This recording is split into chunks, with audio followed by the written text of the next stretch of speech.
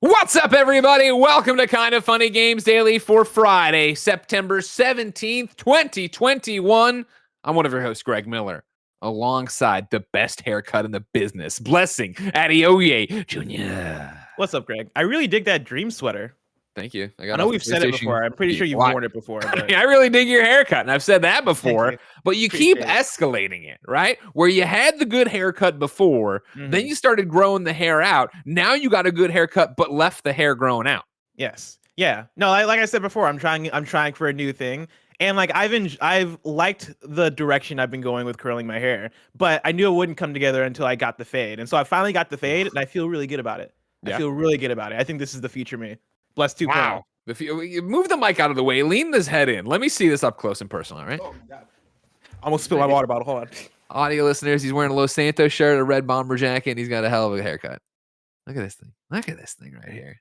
Yeah, okay. I like that. I like what you're doing. Now, you said you went to a new barber. Was there a fear? Was there a concern? Oh, yeah. What was going to happen? Oh, yeah. Well, here's the thing. I have a barber named Paul who is amazing at his job. He charges a lot of money, but he's incredible at what he does, so I've kept going to him.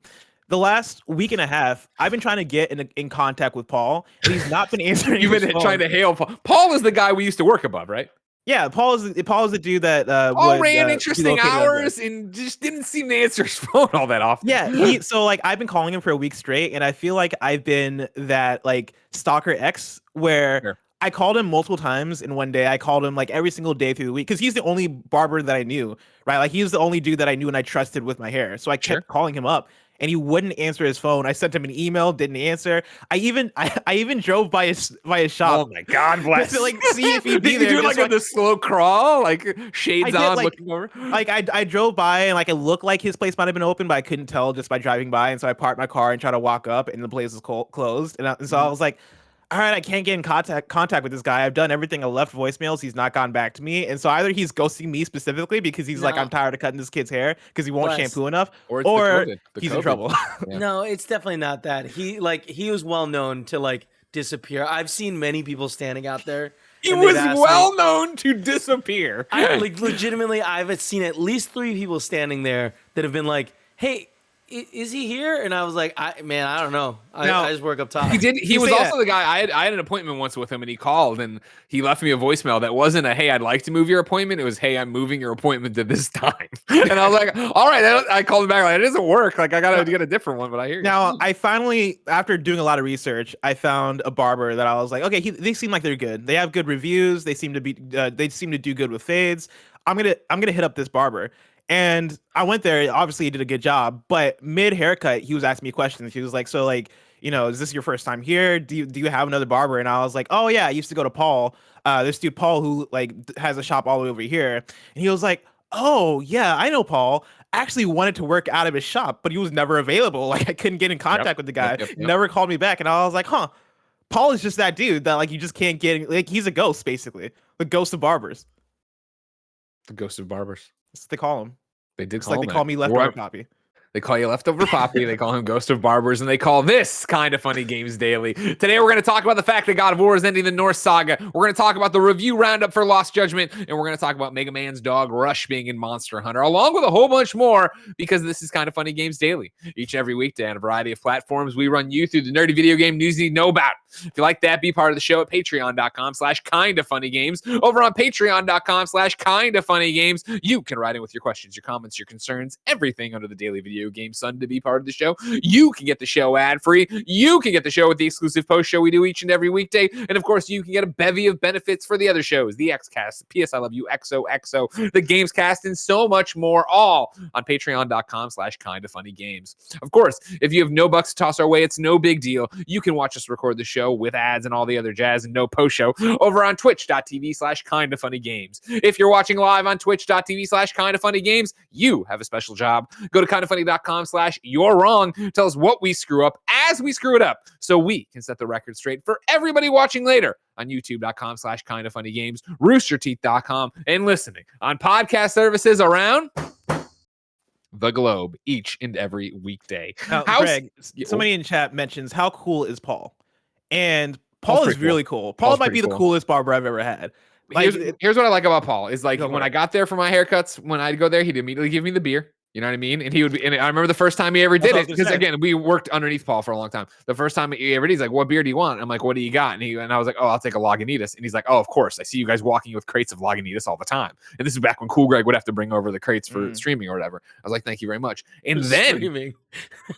just just for our alcoholism, Yeah. just for our alcohol, we just drank a lot of beer. sorry. We Just just for content. I miss the studio because I miss about 4:15 walking through to go to the bathroom on a show, and Barrett's just drinking a beer at his desk, and I'm like, this is the office culture we've established. It's fine. God, I miss casually drunk Barrett. It's healthy. But then it was also that like one of the times that I went over there, Paul doesn't do beards, and like people would walk in all the time. I was there for most of this of like, hey, yeah, do you do beard trims too? He's like, no, I don't do beards. I just do hair. He's like, all right, cool. And there was one time where I leaned back and he was finishing my head, and he's like, you know what, dude, I just got to touch up your beard. Like, I'm sorry, I'm not trying to insult you. I just got to level this all out. It's all screwed up. And I was like, thank you very much, Paul. And he's awesome, but hard to nail down. Yeah, the ghost of barbers. He's mysterious. Like he's the ghost of barbers. He's like when he's there, he's amazing, and I love him. But he's just not there enough. We're here every day, though, every weekday. Housekeeping for you. I saw somebody in the chat ask, of course, we're streaming a normal stuff today. After this, we're playing Emily's Away on twitch.tv/kindoffunnygames. But more importantly, at noon, THQ is doing one of their showcasing a bunch of different games. We will be live reacting to that on twitch.tv/kindoffunnygames. If any predictions? No, not real. That's what I was gonna say. If anything substantial happens, I have no idea what's gonna happen to this thing. It'll go up later on youtube.com/kindoffunnygames, like all of our other VODs. Do you have predictions? Oh, you're Googling THQ right now. You're Googling to see what is THQ. You can identify that. Yeah, I was Googling THQ to see like what comes up first, to see if there's anybody who's already talking about shit. Because what immediately comes to mind for me is Saints Row. They gotta like drum up hype for that, because they had the reveal at the not the Game Awards, the other Jeff Keighley thing, opening night live, and they have between now and February to like really drum up hype, and it's a new Saints Row. So that's gotta appear, right? We gotta see like we're gonna go, ladies and gentlemen, to VG247.com, where Sheriff says THQ Nordic teases 6 new game reveals at tomorrow's showcase. THQ Nordic is hyping up its next showcase event, scheduled for tomorrow, September 17th. That's today. The publisher is promising 6 new game announcements split among classic revivals, sequels, and brand new IPs. Hosted by Jeff Keighley, the show kicks off at noon Pacific. Alongside the promised reveals, THQ Nordic will also offer a first look at its recently announced Alex 2, an update to Expeditions Rome. We'll be able to follow along on Twitch and YouTube. But that's not all. THQ Nordic is also hosting a 10th anniversary Steam sale running September 16th through 23rd with discounts on Desperados 3, Biomutant, Destroy All Humans, Kingdoms of Amalur, Re-Reckoning, and more. Over the same time period, you'll be able to claim 2 free games and keep them forever. Titan Quest Anniversary Edition, a remaster of the classic action RPG, and Jagged Alliance Gold Edition, a strategy RPG. During the sale, Desperados 3 will be available free to play on Steam. So what you'd expect, yeah, right? Destroy All Humans, I believe, had a leak. Time Splitters is getting a shout out from F. Rodriguez film in there. Time Splitters for sure. I don't know if it's a shoo-in, but I think there's a high chance that we see that today. Destroy All Humans 2 remake or remaster. I think they had a funny name for it. I forget exactly what the thing is, but that's going to be there. I don't know. I mean, Saints Row, I feel like has to be there. Ladies and gentlemen, it's interesting, and I don't know where we're going. Ladies and gentlemen, who has entered the live stream chat here is none other than the boss baby Barrett Courtney, and he is a big THQ fan. So I'm wondering if he's here to talk about drinking beer at 4:00 in the old office, or to talk about THQ games. Both, Greggy, both. I'm drinking beer right now. No, I was just in the chat saying I used to drink like almost every day. Now I got an Angry Orchard I have half an Angry Orchard in the fridge. I'm playing Emily's Away after this. I was already drinking, so it doesn't matter to me. Yeah, now I drink like maybe once every 3 or 4 weeks. Have you lost a lot of weight? No. Yeah. I think I made up for it with like a lot of stress eating. Yeah. Okay. And also like not going out as much. I want to say for predictions of this, right? I think if Time Splitter shows up, I think that's like the last thing or the one more thing, whatever you want, whatever THQ does for this stream, because we don't really have like a precedent for it, right? You think that I would say if for that, like, what I like is opening with Saints Row, closing with Time Splitters. Now you say you don't have a precedent. This is one of the things that I've allowed myself not to get too hyped about for this stream. Are you going to bring up the fucking E3 presser? Yes, the E3 presser that was also THQ. That was for Embracer, I forget the exact. right? Yeah, the Embracer. I forget what they had like a specific new group that they started. The one that frustrated the hell out of us when we were live reacting to it, because if you remember, that one was also collabed with Jeff Keighley. Like Jeff Keighley hosted segments of it, and it was all developer interviews. They were all that had Coke. us all It was like Coke, right? Yes, Coke Prime Time. Coke Prime Time. Prime Time, that's what it is. Yeah, Coach Prime Time. We sat through that, and it was maybe the most terrible presser that we've ever sat through. Wait, how is that? Wait, Coke is related to THQ Nordic? I'm confused. Aren't they all part of the Coke- Embracer group? Yeah, they're all part of that maybe, same okay, Embracer group. Okay. So I kind of put them in the same basket of like they're also having Jeff Keighley do this one as well, which is making it sound. I wouldn't compare Coke to whatever the hell THQ Nordic is doing. Yeah, I would say Time Splitters, maybe if it shows up the last thing on the ticket, I would say since it's already been announced, Saints Row probably like opening the show. Blessing. Well, here's where we get into it. So I'm sorry, full stop. So this is where. And I love you guys, and I'm talking to the audience right now. I obviously love Barrett and Blessing, and Kevin's my friend and my boy. Kevin's always there for me. I love you, Kevin. What I'm saying is we're admitting the fact that I find the Embracer Group, Koch Media, and THQ Nordic incredibly fucking confusing. And I realize you're listening to a podcast from a guy who is nearly 15 years in the games industry now. It has just been a shit show over there. I think we'll all admit, with them buying a million different things.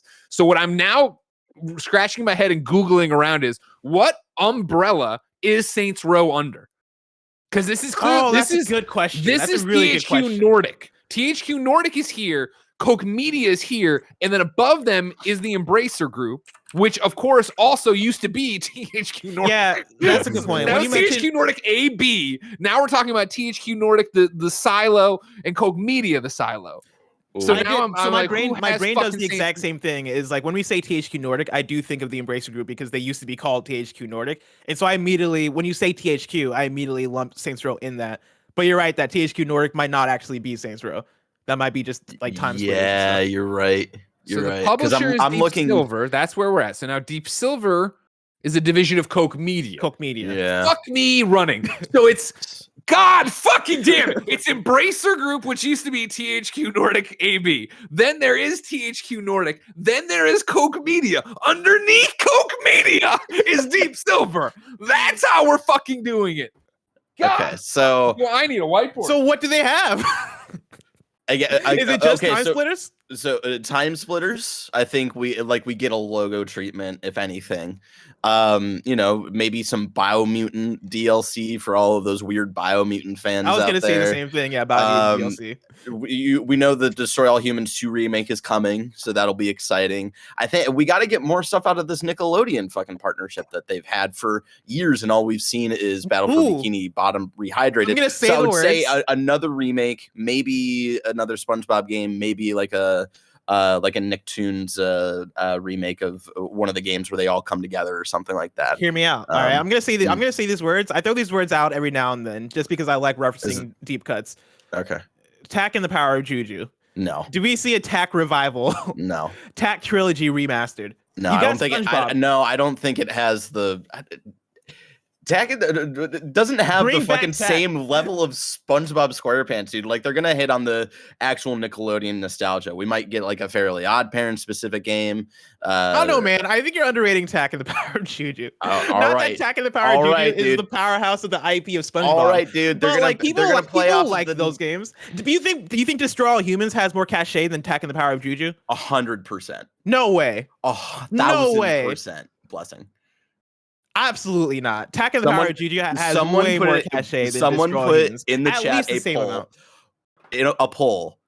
Tak and the Power of Juju had a Nickelodeon show. And it was originally a video game. I feel like if you're bringing back Destroy All Humans and you're going into like the backpack of, okay, what random ass IP are people going to have nostalgia for, and that like what can we easily remaster in the same way that we remastered SpongeBob? Tak and the Power of Juju is in that lineup.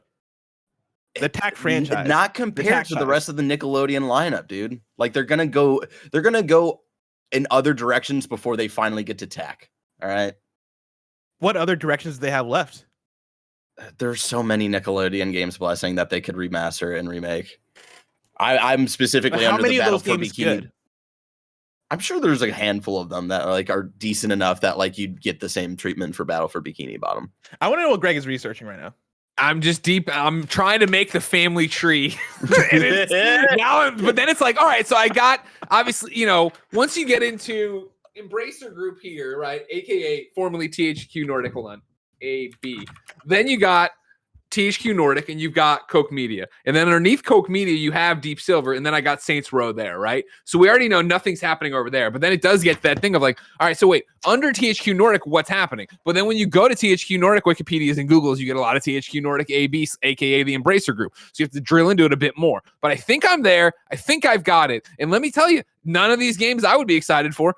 Comanche, LX2, Gothic, The Guild 3. This is what I'm saying. And listen, I'm reading chat right now. And there's a lot of bad takes in chat. I'm gonna be honest with you, chat. Chat, usually I love you guys, but you guys are dead wrong right now. When we're talking about games to bring back from the PS2 era that are that are using that Nickelodeon license, none of those games are good. Like SpongeBob Battle for Bikini Bottom is in like a special like echelon of, oh shit, this made it out the hood. This game is actually decent compared to the rest of these Nickelodeon games. Destroy All Humans is another one that is like Blessing. I want to update with you with this poll that I accidentally misspelled. It's supposed to say which has more staying power and not which is more staying power. But the chat gets it. You are being currently destroyed with 78% of the vote going to Destroy All Humans. That still doesn't disprove my argument that in the war chest, the quote unquote war chest of IPs that THQ has that are aligned with Nickelodeon, Tack and the Power of Juju is next up. What other thing are they going to go to?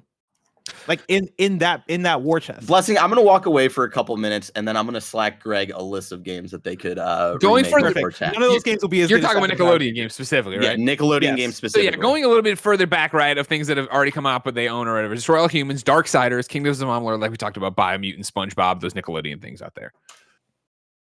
Here's the thing. Like, I'll sit there for the hour this is probably going to be, and I swear to God, I swear to Jesus Christ and all the angels, THQ Nordic, if it's an hour and a half of fucking all these goddamn games over there, oh, I swear to God. But if it's an hour long, and at some point I get something new about a new Kingdoms of Amalur, I'll forgive it. I'll forgive it. It's no big deal. It's fair enough. So at noon, come watch that. It's going to be bad. It's not going to be great. I don't know if that expectation right now. Yeah. A lot of people are, and again, a lot of people in chat are saying that I'm wrong about Attack of the Power of Juju, and are also asking what is Attack of the Power of Juju, which is a fair question. Nobody's given me an alternate solution to like what else they're gonna bring back aside from Tack. Everybody's just saying it's not Tack. Nobody's given me an other option, which is telling me that you guys know you're wrong. You have no idea what other option they're gonna bring back but Tack. Remember, this is THQ, not known for greatness, and I'm also not saying that Tack is great. And I'm also not saying that Tack is what I want. I'm just saying Tack is what is up next in the Nickelodeon franchises. Honestly, it's probably just going to be another SpongeBob game, if I'm going to be honest with you there. I mean, we can hear it. You know what? We can let's get serious about it, everybody. All right, it's Friday. Everybody knows when you get a Friday Games Daily with your friend Greg and Bless, it gets wild out here. We have fun, all right? At this point, Tim's too tired to care and cancel We're still shows. housekeeping somehow. Yeah. Do you care? Chat, are you having fun? I'm looking over at the chat. Tony Blue says no game is better than Tack. But no, Tony Blue, I want to know, are you having fun right now? All right? Invisible Man 44 says kinda. All right, I'll take it. So they say, I'm on GameSpot's thing right now, where they're trying to make sense of this, right? There will be 6 new game announcements. One of those is presumably Destroy All Humans. Yes. Witness the return of legendary franchises where the fans are waiting for decades to get their hands on a new installment, sequels to beloved games, and new original IPs. We hope you are ready, kids, the publisher said. In addition to the 6 reveals, THQ Nordic will announce new information about RPG, LX2, and the Expeditions Rome. So then I want to go here, Blessing. Barrett. Barrett, crack a beer. 6 things here. What's happening? I can go grab my Angry Orchard. Don't challenge me. Don't challenge me. I'll do it right now. What's on my schedule? Hold on, let me look at my calendar. I got nothing important going on after this. I do have to record some Blessing Show stuff, and so I might be the next episode of the Blessing Show might be interesting. But aside from that, I'm good. All right, Kevin, hold the thing while everybody gets beer. I'm not getting a beer. What's up, Kev? I think Kevin's away too. This is really scary. What's up, chat? I'm looking at other Nicktoons. What's up? If I may. I What was that? Why are you laughing? Oh, you didn't hear the beer? I cracked a beer. Oh, Jesus Christ, Kevin. Were there any Nicktoons games that you fucked around with, Kevin, back in the day? No, I played good games. Ugh, I have a text from Tim says, "Can you call me when you have I like one this job. second?" Blessing. I'm gonna go Nicktoons Unite, which was a fun party game back in the day that they could do before TAC and the Power of GG. The Legend of Korra game was really Nobody fun. wants- Was it really fun? Was it Yeah, really that fun? was- Cheers, Bless. Cheers. I don't know if it was really fun. It was fun enough, and definitely I think would come before TAC and the Power of Juju. I'm just naming off games that would come before TAC and the Power of Juju. Keep naming, because like people in chat were saying like Fairly Odd Parents, the video game, and I'm like, who? No, nobody's gonna play a Fairly Odd Parents video game as a remake from a PS2 game. Sounds terrible. Are you surprised? So you say TAC was that, but then the second TAC they was at announced least a the video Danny game. Phantom game, what are you gonna do? What are you gonna do, Bless? Is it a remaster of a bad PS2 game? Because I'm ignoring it. If it's a new Danny Phantom game, I'll check it out. But like, none of those PS2 why Nickelodeon are they games were good. automatically all bad, Blessing? Why are they Because they're automatically- PS2 Barrett, you're not gonna sit here and act like those PS2 like licensed Nickelodeon games were good. Sounds like Except for you're going there. SpongeBob. SpongeBob and TAC were like the two, and TAC was for like first video game, so that barely counts. Are we All right, sure about Blessing. that? So we have 6 slots. here. Timeline there is a little hazy on TAC and the Power of Juju. TAC and Power GG was a video game first. It was a video game franchise, and then way later on became a television show. We have 6 slots. 6 slots. The beer's kicking in already. Witness the return of legendary franchises where the fans have been waiting decades to get their hands on a new installment. Sequels to beloved games and original IPs. New original IPs. Destroy All Humans 2. Let's do it. It's in there. That's happening, Yes. right? It was leaked. It's a remake. It's leaked. You figure then The the legendary franchise fans have been waiting decades for has to be Time Splitters, yeah? Yes. Oh yeah, 100%. Okay. So that's 2 right there. We got 2 already. Now in the chat, Sir Harout says Simpsons Hit and Run remake. I don't if think that they have happens- that license though. Who's to stop him? John Drake's making deals out there. Am I wrong? Are they go to THQ Nordic for deals? I don't know. You'd be surprised. Like Nickelodeon was desperate. They were like, we need to get back into video games somehow. Anybody take us. And THQ Nordic was like, sure, okay. I like this. I'm gonna say they have 2 new. Simpsons Hit and Run would be it'd be a hit. God. And Can we run. get Cool They could Greg run on this with. reacts just in case it happens? People are arguing that maybe that EA has rights. I don't know. Kindoffunny.com/you're wrong me on that one. I don't know Who what has the Simpsons rights? game rights are right now. Okay. Dolphin Corner Chat says it's TAC offensive, which is a thing I've not ever thought about. And now I think about it, maybe. Probably. What does TAC even mean? TAC and the Power of Juju. You don't remember this game? I've never heard of this game. Really? I apologize. It was a maybe it was mainstay, just Greg. me being a kid and I mean, like, it's seeing the you know, commercials. different strokes for different folks too. I'm sure. Yeah. All right, so we got Destroy All Humans, Time Splitters, 2 new IPs. I got 2 slots open. Where else are you gonna put them? So I saw some people in chat saying Red Faction, which that is Volition. Volition is working on Saints Row. I don't think you give Red Faction to anybody else. Also, Volition is also under. Yeah, I was gonna say that. Oh, That would yeah, be that's under, the that would other be under the guys. Deep Silver brand. You're right. Yeah. That wouldn't Yeah. count. Wouldn't count. More Darksiders, you think? Wait, so can see you it. said 2 new Darksiders Genesis IPs? 2? I said that. Yeah, that's just what it's a new original IPs, they say, which at that point I think is 2. Sequel to beloved games. And then, new legendary things waiting to get your hands on. I think doing something else. What's the difference between what was the deal with Genesis? It was a great Darksiders system from Genesis. Sega. Okay, It came out. It's been out a long time. I played that at an in-person E3 Judges Week before when it came to PC, and then it came to consoles later. So there'd be enough there to give another one, or maybe DLC for it or something like that. Okay, but is there a reason why they would do Genesis over just Darksiders 4? Because didn't Darksiders 3 come out a few years ago as well? Yeah, it did. But I think the argument there would be like, stop trying to make Darksiders happen. We've given you 3 Darksiders that are the kind you all say you want. They don't sell. So now we tried this Genesis thing. People didn't care about that either. But we're THQ and Nordic, and we just keep fucking making games. Nobody's buying them. Nobody knows who's playing these games. If you showed up today, we're like, hey, Greg, Expeditions of Rome. I'd be like, nah, you made that up. Not a real thing, but it came out in 2021. Genesis was a top-down game. Right? Yeah. It was like it was like Gotcha. isometric thing. You could play it alone. I think something Darksiders makes sense. Okay, we'll put it on there. We'll put it on there, yeah. Okay. I love how this is going to happen in about an hour, and so by the time so many people are going to listen to this episode, they already Person know in your what car, happened. are you having fun? Has this been a fun Friday episode? And be honest with yourself. Have you watched this event yet? No, you haven't. So like, Also, you want to see I'm this? gonna This is all the build up to us I just being wanna extremely say that, disappointed for an hour. I was asked to be better at time codes today, and then you guys throw this thing in, which is not a story. What is this? This is part of housekeeping. I'll put it. THQ Nordic. So now you want me to change it? You want me to change it? Discussion. In the very off chance that they now Stacking the Power of Juju and somebody's listening to this after the fact, I'm going to look like a genius, just so everybody knows. I'm going to look like a god. When they don't announce it, though, of course, I'm going to look foolish, but it's a chance I'm willing to take. I want to flip this coin. Ladies and gentlemen, your final roster of the 6 announcements you will be getting today at THQ Nordic's Showcase 10th anniversary is number 1, Destroy All Humans 2 Remastered. Number 2, Time Splitters. Number 3 and 4 are new IPs we couldn't guess. Number 5 will be Darksiders something, and number 6 is Tak and the Power of Juju. No, remember, ladies and gentlemen, one more replacing Tak with the Power of Juju, because it won't be that. It'll be one of these 3 licenses, Greg. It'll either be another SpongeBob game remake, it'll either be a Rocket Power game, or an Avatar: The Last Airbender game.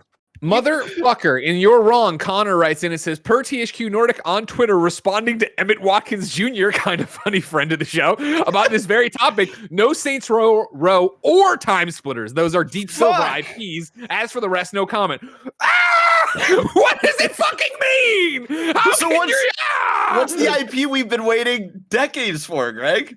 I don't fucking know. Ladies and gentlemen, remember patreon.com/kindoffunnygames to get the show ad-free, to get your names read on the show, just like our Patreon producers, the Kind of Funny, Destiny 2, PC Clan, and Blackjack. Today, we're brought to you by DoorDash and Canva, but I'll tell you about that later. For now, let's begin the show with what is and forever will be the Roper Report. Time for some news. 4 items on the Roper Report. Baker doesn't. Also, 27 minutes in. 27 minutes in. I mean, it's not like we have any big news like about a God of War or anything. Number 1, the God of War Ragnarok is the end. Kinda. We're going to go to Jared Moore over at IGN.com. Blessing, you and Tam tackled their reader mail question about this topic yesterday, but it didn't make the Roper Report, and I thought we should actually read through the story and talk a little bit about it from there. Are you okay with that? I am very okay with that. All right, we'll have it. Cheers to you then, sir. Oh, cheers. What's my cheers. Friday beers, 10:29 in the morning. Sony Santa Monica Studios' Cory Barlog, director of 2018's God of War, has opened up on why there will only be 2 games in the series' Norse mythology saga, stating that he wanted to avoid delaying the story's conclusion to a decade after it started. In an interview with Captain Kuba on YouTube, Barlog spoke about why he decided that the story of Kratos and Atreus would be told over just 2 games rather than a trilogy or anything longer. Quote, I think one of the most important reasons is the first game took 5 years. The second game, I don't know how long it's going to take, but I'm just going to throw out that it's going to take close to a similar time, said Barlog. Quote, then, if you think a third one in that same time frame, we're talking about a span of close to 15 years of a single story, and I feel like that's just too stretched out. I feel like we're asking too much to say the actual completion of the story taking that long. I feel like we're asking too much to say the actual completion of the story. It just feels too long.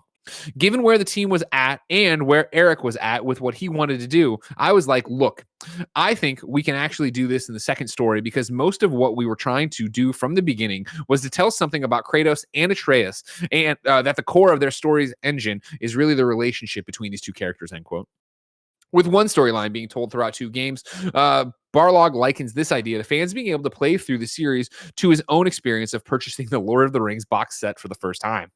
I was able to say, wow, I can sit down and have 13 and a half hours of this experience, playing them one after another back to back. And I thought that was fantastic and amazing.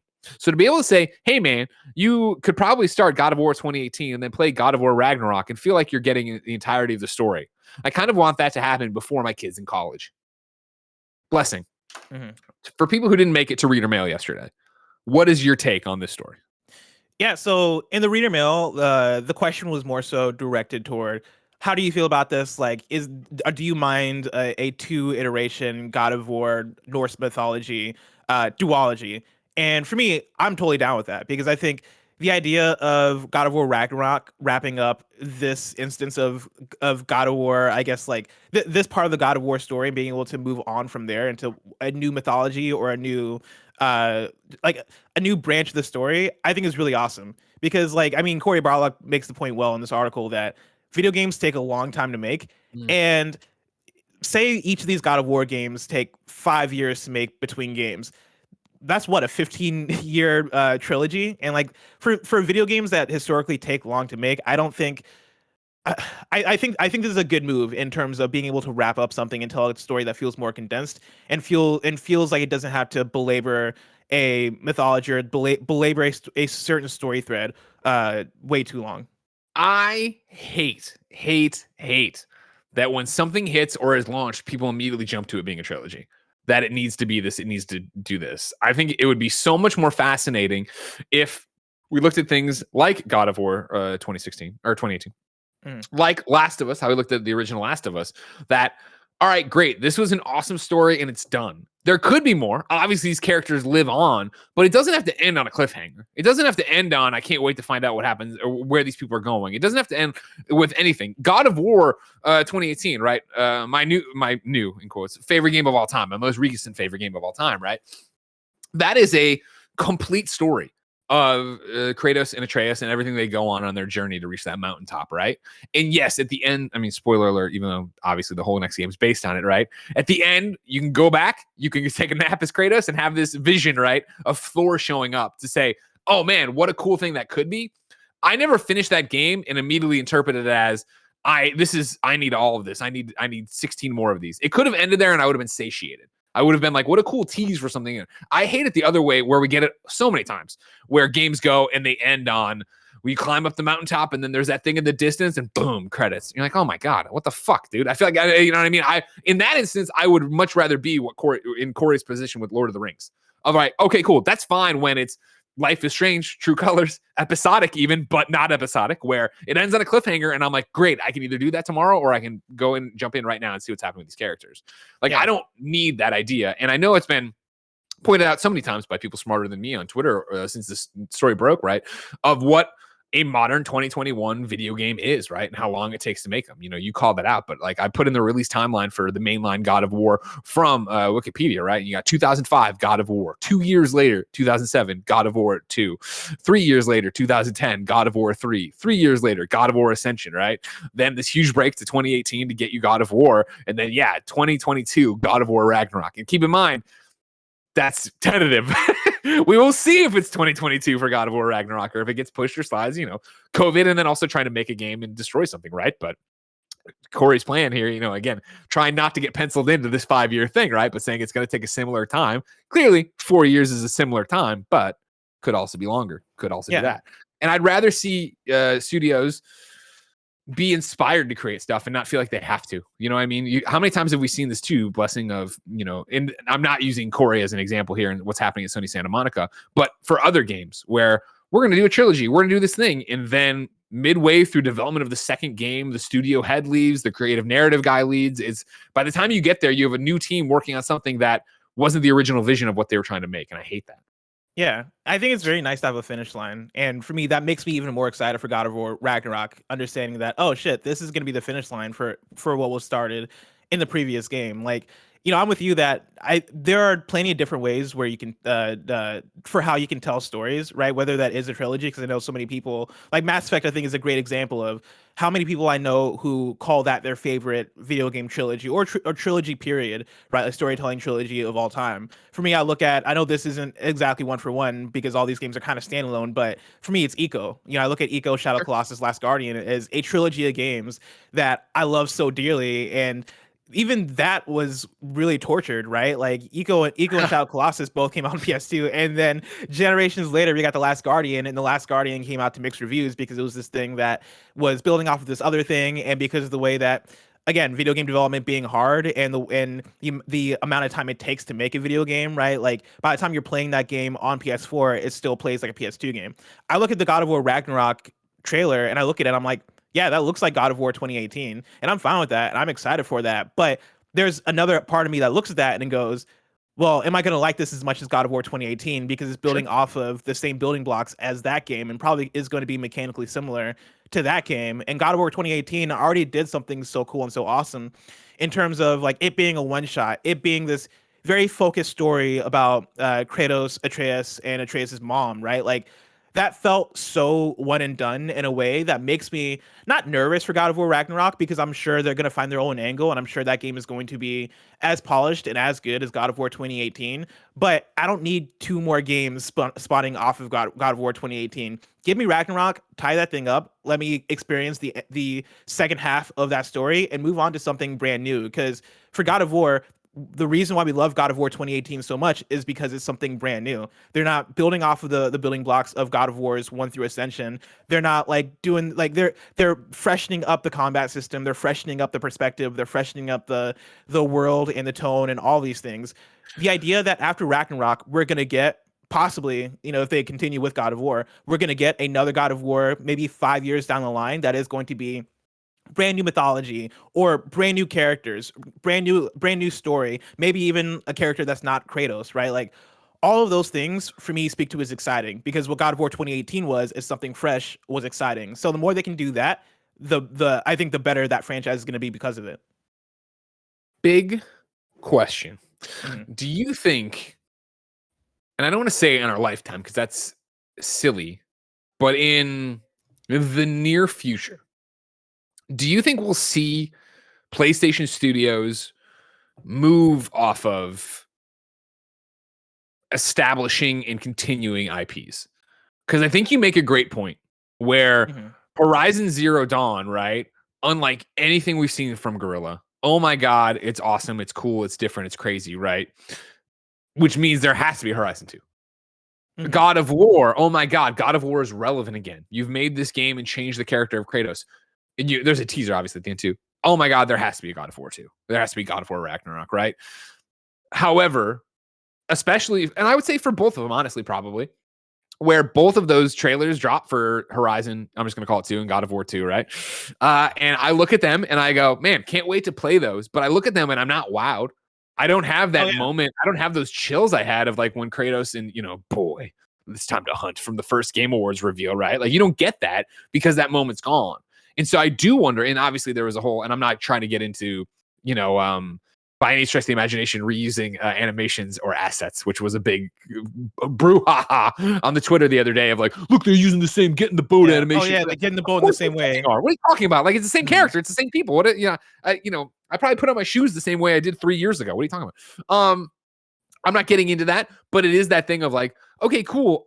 I know what this game is going to feel like look like theoretically. So is it? It's going to be hard to wow me with it, right? Like, how are you going to push that further? Where if it was that we did this, we delivered a modern masterpiece. Period. God of War 2018 done. Now Sony Santa Monica is doing whatever the hell else they're going to do. Like, I don't think we're there yet. I've talked about it a million times before. Of like, I thought it was so cool to see Last of Us succeed in that way because it was, I thought, for the first time that bam, Naughty Dog meant something. And I don't mean Naughty Dog, but actually Naughty Dog. I mean the name of the developer on the screen meant something, where you had more mainstream people being like, oh, I am a Naughty Dog fan, not, oh, I like PlayStation games, and not understanding that at the time, Insomniac's third party, at the time, this game they're playing on their PlayStation didn't get published by PlayStation. Do you think we're closer to that reality where they move away from that, or do you think they'll keep doing this? I think they're in a torn place because they have the PS4 generation set up so many good new IP. And I think part of the question you're asking right now, I think is going to feed into why we look at the PS4 generation and why in the future we're going to look back at the PS4 generation and go, oh shit, this might have been like the prime for PlayStation in terms of them greenlighting new games and in terms of their output as PlayStation Studios, because we got Horizon, we got God of War 2018, we got Spider-Man, right? I was gonna say Last of Us, but like Last of Us kind of came in that transition was the end of into PS3, the into the PS4 generation. In terms of, are they going to keep doing new and exciting stuff with PlayStation Studios in terms of the IP. Because I think the same question you're asking is, I think, a symptom of how I felt in the last year, coming off of playing Miles Morales, which I think is excellent, but wasn't it as exciting for me to play as Spider-Man 2018? Now here's something, and this is I want you to continue with your line of thinking. There is a thing here from Sepsi? I was going to say S Pepsi, but that's actually spelled different. I want to call you S Pepsi 13 in the chat, who says, I want 1 million Spider-Man games. That's an interesting conversation for maybe an even different show of tangents, because I'm with you. Whereas I'm like, okay, yeah, more God of War, that's great. Like, they show Spider-Man and it looks exactly the same. I'm just excited for more Spider-Man. But back to you, Blessing. Sorry. But yeah, I mean, and that's the torn place that I think they're at, because I want more Spider-Man games too. But also, when I look back at the PlayStation Showcase that we got last week, I think the most exciting announcement was Wolverine for everybody. And they announced Spider-Man 2, and they showed gameplay for God of War Ragnarok. Yet the thing that I think most people took away as the most exciting thing was Insomniac working on Wolverine. And I think the reason why is because that is something brand new. That is something different. We all know that Spider-Man 2 exists. We all know that, like, we all know how that game is going to play like. And we're all going to show up to that game, play that game, and absolutely adore that game. Same with God of War Ragnarok. And this is such a great conversation. It's a shame we buried it after 30 minutes of not understanding THQ. What I love about this conversation and the differences, right, is that I wonder how much of it is source material as well, where Spider-Man to me is comic books, right? Which means, for Spider-Man for a while, for sure, it was you could get a Spider-Man book every week, right? But if you're obviously into Amazing Spider-Man, I'm getting a Spider-Man book once a month, right? I feel like that carries over to the games, where I want the games to feel great and have a cool story. And so that's all I need from them, right? Whereas again, God of War obviously felt great, obviously had a cool story, but also had all these emotional touchstones and weight to it and all this thing that really was different. The reasons I love God of War are similar to the reasons why I love Spider-Man, but God of War did everything on a more magnificent scale than what I love about Spider-Man. But Spider-Man was a great Spider-Man game, and that's all I need out of that. Yeah, exactly. And at some point, Sucker Punch is going to announce Ghost of Tsushima 2, and I think I'm probably going to be feeling all the same feelings of, oh, I love Ghost of Tsushima 1. Like, I love Ghost of Tsushima Legends. When they announce Ghost of Tsushima 2, there is going to be a hint of, oh, this is exciting, but it's not as exciting as when they announced Ghost of Tsushima 1, because Ghost of Tsushima 1 took us by surprise in terms of, oh, this is different for Sucker Punch. Oh, I don't know what this is going to be. Oh, I'm very curious on how this is going to play. I'm going to be asking less of those questions going into 2, but the fact of the matter is Spider-Man 2 is going to sell more than Spider-Man 1 and Miles Morales. Ghost 2 is going to sell more than Ghost 1. God of War Ragnarok is going to sell more than God of War 2018. Like, all these games are going to be more successful than their previous iterations, because that's just the nature of sequels. And that's why they keep making them, right? That's why you keep with that being the case, I would say, PlayStation is going to keep on making sequels and follow-ups to previous things. I think the way that you keep that interesting and you keep that exciting is by, giving people the sequels they want, but also have those Insomniac moments where Insomniac gets to announce Wolverine. I really hope that the next Naughty Dog game is a new IP after Factions, or like coinciding with Factions or whatever, because I want Factions so badly. But I really hope Naughty Dog's next game is not Uncharted or Last of Us, right? I want them to do something new and then eventually get back to Last of Us, of course, because I love Last of Us and I want more of that. But, let them do something new. I hope Sucker Punch has some other idea other than Ghosts in their pocket that they want to put out in the long term, right? Like maybe something comes out after Ghost 2 or before Ghost 2. I even hope that Guerrilla Games has something along those lines too. I think that's the way you do it, and you allow them to kind of cycle those things in, because we just got Ratchet and Clank Rift Apart. I'm satiated when it comes to Ratchet. I don't need another Ratchet game for the next 5 years probably. And I know for some people they're down in the chat to Kebab's losing his mind. And 3, people in chat are gonna be like, no, I want a new Ratchet game sooner than that. But like, Insomniac's giving us Wolverine and Spider-Man. I can wait for the next Ratchet, right? After I get the next Ghost, take a break from Ghost, do something else, come back to Ghost later. I think I'm fine with that, and I think that's going to do well for PlayStation if they're able to keep that cadence and allow their studios to feel or be expressive in that way by making their own thing. And Kebab's delivered. It's going to be fascinating. Yeah. And I can't wait to see what God of War turns into and when it comes out and all that stuff. But we will have to wait and see. For now, no more waiting. Let me tell you about patreon.com/kindoffunnygames, where you can go to write in to be part of the show with your questions and your comments, your concerns, your squad up requests, where you can get the exclusive post show we do each and every weekday. And of course, where you can get the show ad free. But guess what, Jack? You're not watching on patreon.com/kindoffunnygames. So here's a word from our sponsor. This episode is brought to you by HBO Max. If you're here, you probably love video games, but sometimes we have to face the cold, hard truth. We can't game all the time. Sometimes we got to kick back and watch some movies and some TV too. So it's a good thing HBO Max is here to save the day with all of your favorite DC content. HBO Max has an expansive superhero collection to feed your fandom. Greg Miller is stoked, of course. They've got Wonder Woman, they got Justice League, Stargirl, Batwoman, HBO's Shazam, Suicide Squad. The list goes on, of course. Plus, the streaming platform lets you download your favorite titles and take them with you on the go. All the bingeable collections handpicked by humans, not robots. Personally, I've been enjoying a whole bunch of different things over on HBO. I love all the day and date releases. We got The Matrix now coming out in December. That's really exciting to look forward to. We got Malignant. I'm about to watch that this weekend. Check out some of the best superhero content and so much more only on HBO Max. Get streaming today by going to hbom.ax/kindafunnydc. That's hbom.ax/kindafunnydc. Next up, shout out to Rooster Teeth's Last Laugh Season 2.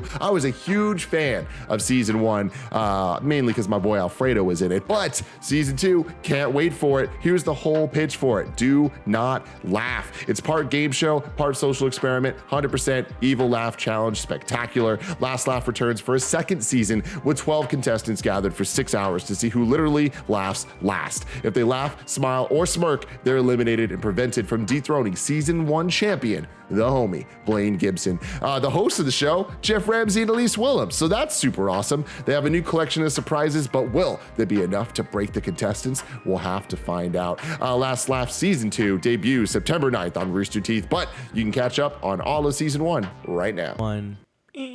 Number 2 on the Roper Report. Let's talk about a Lost Judgment review roundup. Yesterday, blessed as you and Tam went live, reviews were starting to pop up. We didn't have a full read on the Metacritic. So here we are with the traditional thing now that some of the dust has settled. It's sitting at an 83 over on Metacritic. I believe, Blessing, I need your help on this one. I'm pretty sure Easy Allies gave it an 8, but I didn't write that in. But I'm pretty sure if you could go check that. Or if kindafunny.com/Sharon did it. But I remember Easy Allies, I believe, gave it an 8. Isla over there wrote, over the years, Sega has kept up a brisk pace with Yakuza and its spin-offs, releasing games that share a lot of the same DNA. However, despite the similarities between them, Lost Judgment still manages to stand out and make a strong case for itself by tightening up a lot of the weaker aspects of the first game. It introduces fun and addictive side activities like the school stories and seamlessly immerses you into its world. It may seem easy to write off as just another Yakuza type game at first glance, but once you start to walk the streets with Yagami, you'll want to see this case through to the end. 8 is correct. Nailed it. Over at IGN, Tristan gave it a 7. Despite its intriguing whodunit premise, Lost Judgment's main story fails to sustain its suspense all the way to the finish, and its detective methods remain only slightly less superficial than those of the previous game. However, its meaty undercover side stories set in and around this the high school, kept me playing for hours and hours well after the main story credits had rolled. In doing so, revealing a lot of the fun surprises that I might have never found had the classroom cases not kept me on the hook. This Yakuza spin-off feels far from being considered case closed, but here's hoping that Sega can show some better judgment in the series' future. Yeah, see what they did there? Because no judgment. And then, not one of the Metacritic scores. They don't give out scores. But Gene Park over the Washington Post fielded this review that for me is what sold me on actually starting Lost Judgment. And again, paraphrasing and jumping around a bit, but I have 3 graphs from it I like. In Lost Judgment, Nagoshi, who is the series creator, and his team of writers play to their strengths, creating compelling character drama with realistic motivations and trauma. The bullying angle and the ensuing social media rumor mill surrounding the tragedies in the game keep the story grounding. Nagoshi also said the story of Lost Judgment came after much, quote, heated debate among its writers. That would be no surprise. The conclusion of the overarching murder mystery isn't cut and dry, so much that Yagami's own friends will debate him on his decisions and principles. I won't spoil the twists, but having played every single Yakuza game and the prequel Judgment, RGG Studio has crafted its most grounded, realistic narrative to date. All the character motivations are believable and beg for empathy, even among the game's most villainous set. By the final chapter, all of the game's themes on bullying, social media misinformation, and the justice system tie together almost perfectly. I skip a whole bunch of the review to the final paragraph. Despite these flaws, Lost Judgment is the most captivating, dramatic, and transfixing story of the year, and that should come as no surprise to fans of RGG Studios' output. Video games can often struggle with long-form narratives that can feel natural to TV serials, but RGG Studio has been banging these out for more than a decade. Lost Judgment is their latest and their greatest work. Oh, Blessing, I know you talked a bit about this yesterday. wow. For somebody who missed it, recap where you're at with Lost Judgment. So I'm a few chapters into it. I probably played about 6-ish, maybe 7 hours of Lost Judgment. I'm having a fantastic time with it. Usually for the Yakuza games, I'm kind of in and out. Like I played maybe a similar amount of time into Like a Dragon last year when that came out, Sure. and I like that as well. But for me, it's really hard for me to stick around because I know the games can get long, and then other things come by, and I feel not as much desire to kind of stick through because other things just capture me more so than Yakuza and Judgment. This one so far, I'm super into it, just from both a story perspective and a gameplay perspective. It's really nice to be back to the beat 'em up style of these games because Yakuza Like a Dragon, of course, added the turn-based stuff, which was really cool and I know a lot of people loved. But jumping into Lost Judgment and being able to beat down on groups of enemies at a slam time, people down, and your friends are throwing you stuff to beat people up with. it's the action in this game is so ridiculous. I know that's a Yakuza staple before Like a Dragon, but it's still fresh to me because I'm just not as deep into this franchise as I know many fans are.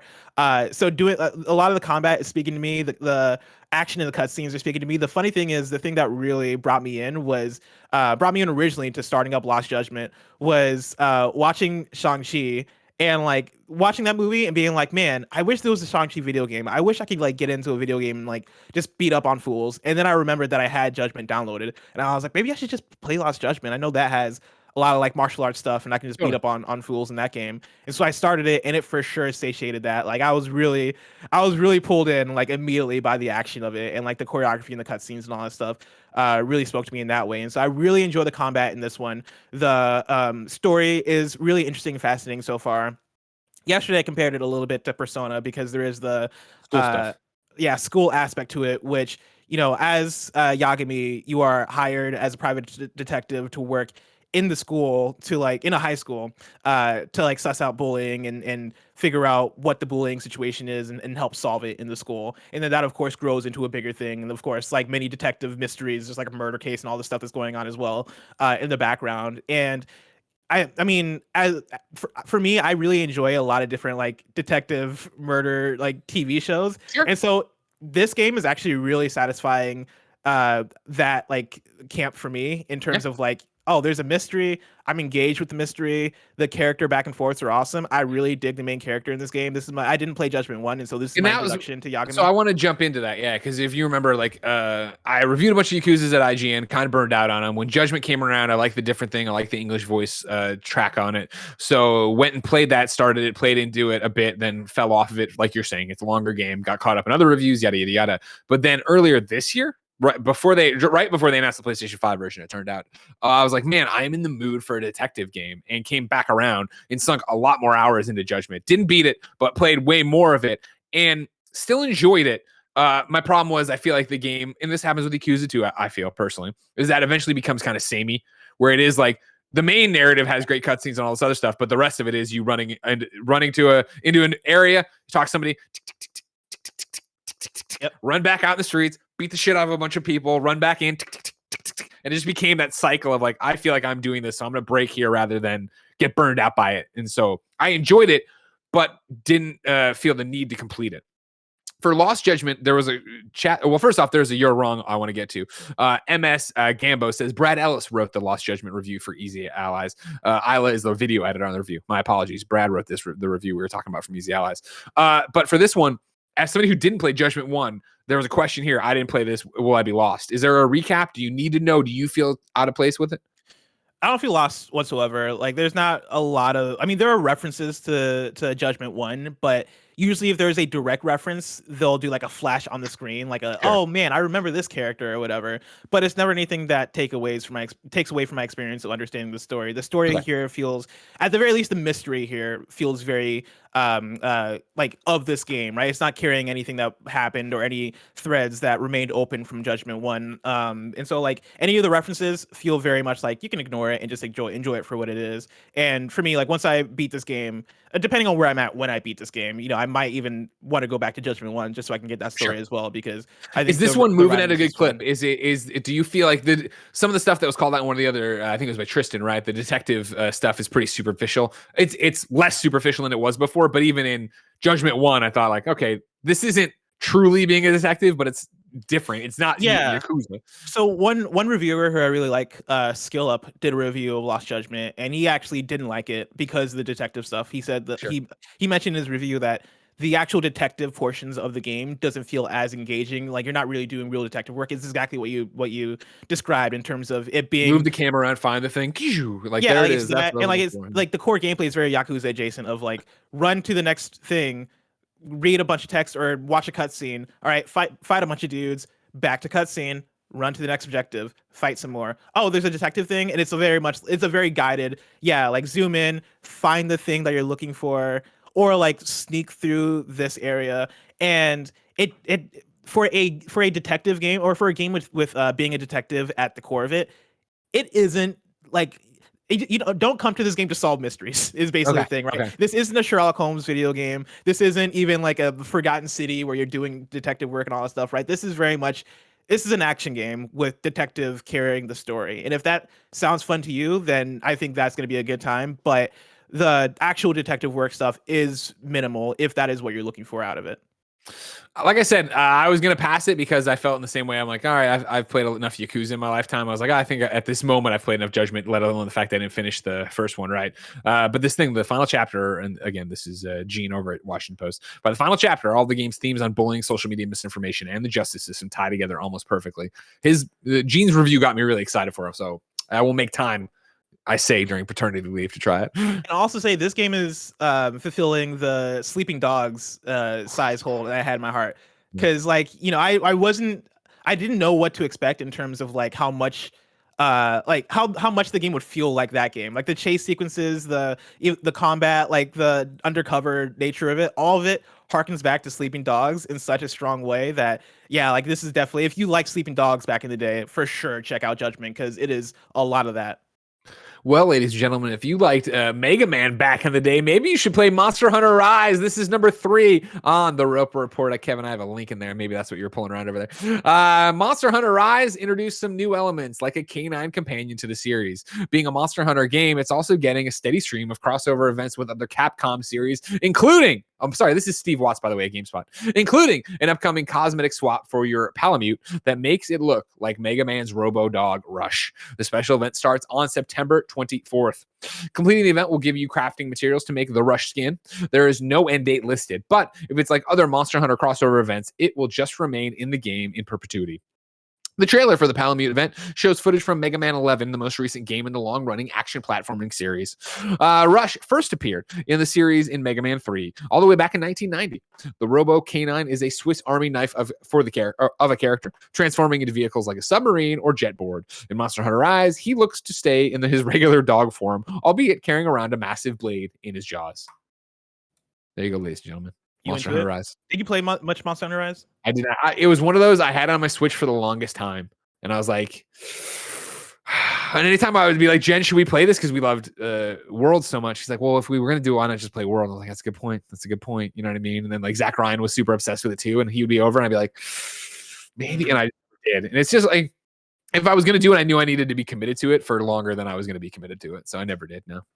Yeah, I almost did. I've never historically been a Monster Hunter person, and I wanted this to be my Monster Hunter game, and Imran Khan almost got me into it, but as he often does. Yeah. Oh yeah, as he often does, but like I just didn't have the time. Sure. Frog Knight Joshy G says Rise greater than World in the Twitch chat. Frog Knight Joshy G, I'm gonna need you to explain that to I'll me. ban him. I'll ban no, him. No, it's not a ban thing. I'm not mad. I want to know why he thinks it's better. I want to know why he's he delusional. thinks it's better. He's delusional. I can tell you right now, he's delusional. Wow. So there's no way. Okay.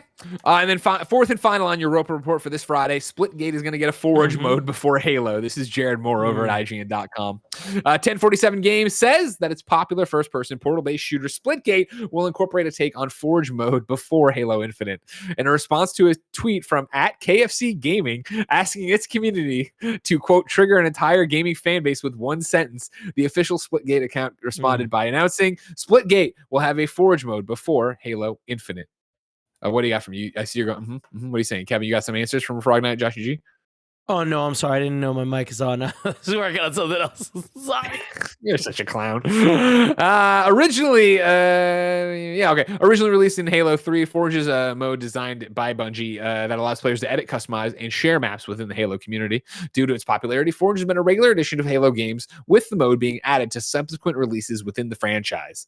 Last month, 343 announced that it was delaying the launch of campaign co-op and Forge within Halo Infinite until after launch, as it continued to focus on getting the single-player campaign and multiplayer done in time for its launch date. Forge is currently expected to release in Halo Infinite during its third season, with each season set to ship in a 3-month window. 1047 Games' own announcement would likely mean that its mode for Splitgate will debut sometime before mid-2022. In a subsequent tweet in the thread, 1047 Games explained that its own mode for Splitgate likely wouldn't use the name Forge, but would still allow players to edit maps with the shooter. The developer explained how this might look in Splitgate by saying, quote, imagine placing portal paths anywhere you wanted on Olympus. Blessing, it's fun shade that then turned into real news. Because they did say, we're going to have it before Halo Infinite. We love you, Halo. Like, it wasn't like they were talking shit. They were like having fun with it because clearly they're inspired by Halo.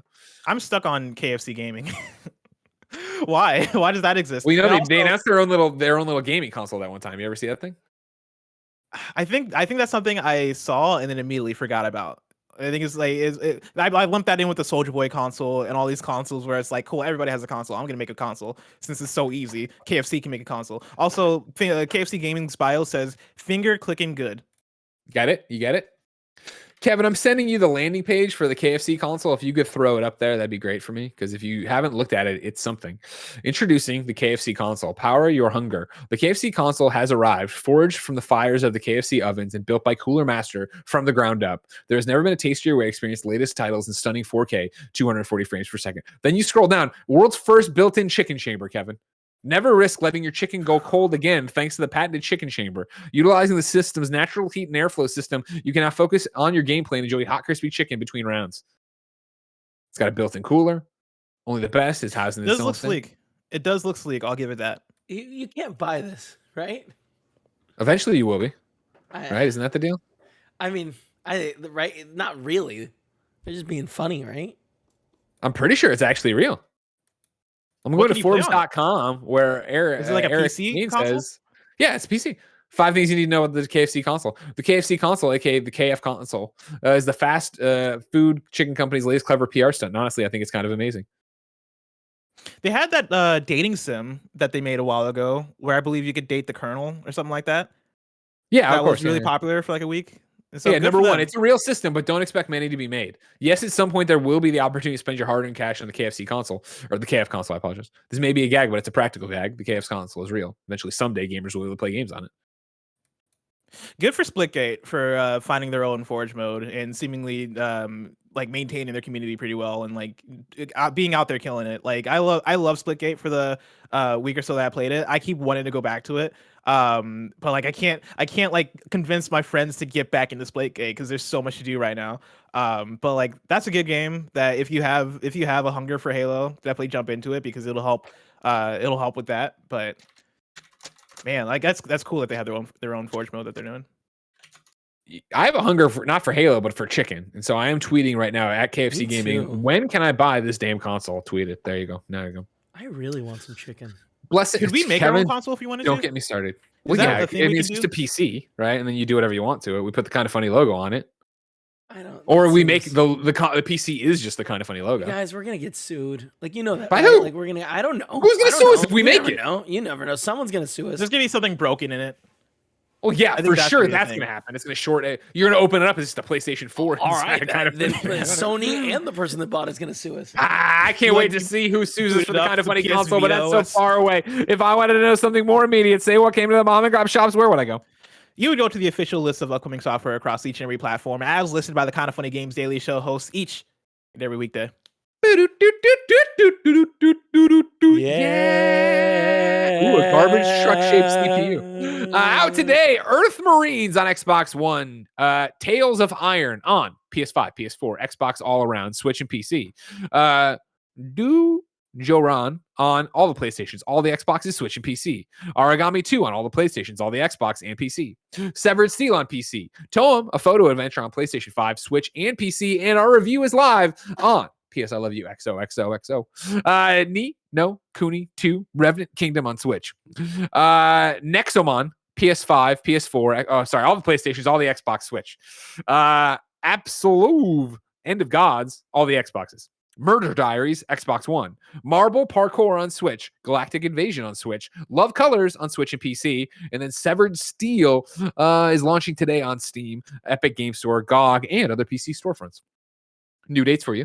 Lego Star Wars Battles is launching September 24th exclusively on Apple Arcade. Bubble Bobble 4, The Baron's Workshop, will be launching on Steam September 30th.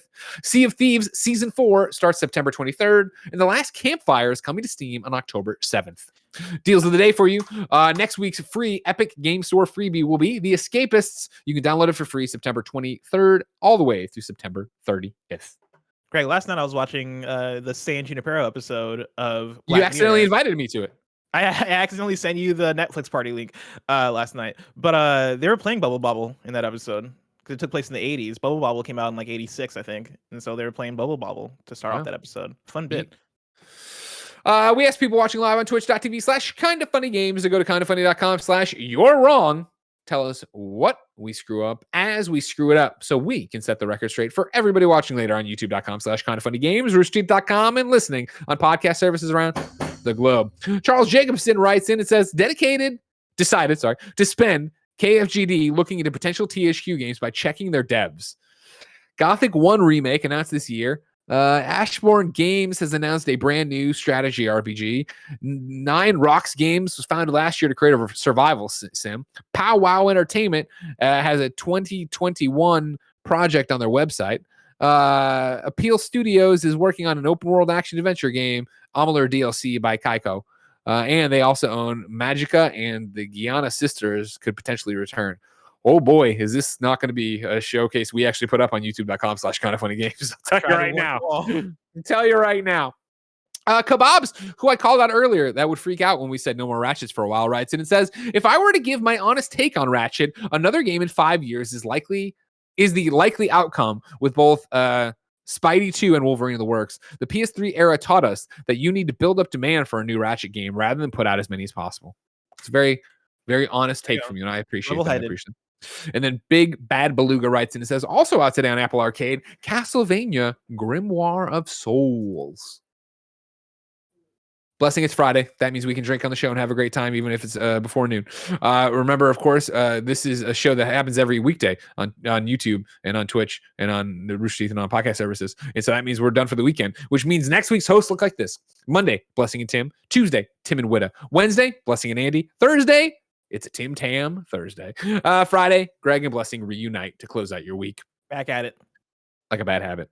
If you're watching live on Twitch right now, ladies and gentlemen, Emily is away. We are continuing our playthrough. We will finish this game at some point. Who knows when, me and Tim. He will continue to screw things up. I have the whiteboards ready. If you want to watch that later, youtube.com/kindoffunnyplays. If you'd like to see me and Blessing continue to shoot the shit, patreon.com/kindoffunnygames is where you can get that post show when it goes up with no ads, all the different stuff. Get your name right on the show, yada, yada, yada, yada, yada. Ladies and gentlemen, it's been a great one. It's been a fun one. And until next time, it's been our pleasure to serve you.